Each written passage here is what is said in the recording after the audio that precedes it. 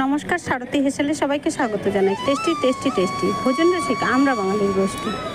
আজ হবে লাউ শোল। মশলা ছাড়া সবজিতে হবে না তো পেটের গোল। শোলবাবু চলছে দেখো, বড়ই একে বেঁকে, কাল সারাদিন আমি ওকে রেখেছিলাম ঢেকে। দেখো, নিজের গাছের তাজা লাউ কেটে নিয়ে আসলাম। এবার ওটাকে মাছটাকে কেটে পিস পিস করে রেখে দিয়েছি, আর লাউগুলো টুকরো করে কেটে নিয়েছি, সঙ্গে আলু নিয়ে নিয়েছি। ফোড়নে রসুন দিলাম, আর আলুগুলোকে প্রথমে দিয়ে হালকা ভাজা ভাজা করে নেব।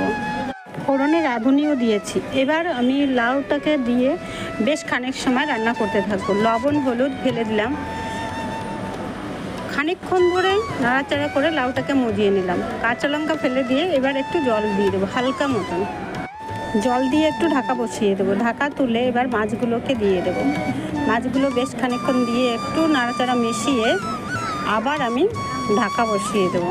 ঢাকা তুলে বেশ খানিক সময় ধরে নাড়াচাড়া করে সবজিটাকে এবার নামিয়ে নেব।